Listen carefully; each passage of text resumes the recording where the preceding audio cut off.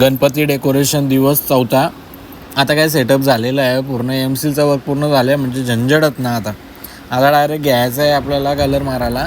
कलरसाठी online मागवलेला colour आहे. सगळी तोच त्याच्यानं बघला आहे मी, सगळी तोच मारताना मग बरं आपण पण मागूया. सो मागवला न केला कलर मारायची सुरुवात केली.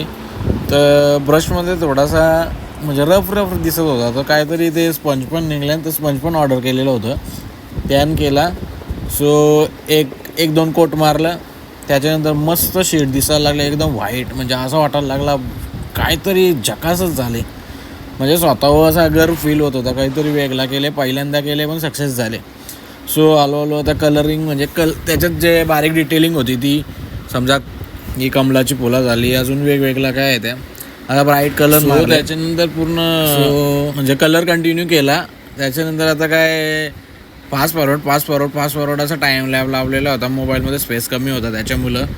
सो आता तुम्ही नेक्स्ट पार्ट बघाल. त्याच्यात जो मेन म्हणजे मखरचा जो मेन सेटअप आहे ना, मागचा भाग, त्याची कलरिंग आहे. सो तुम्ही कंटिन्यू करा.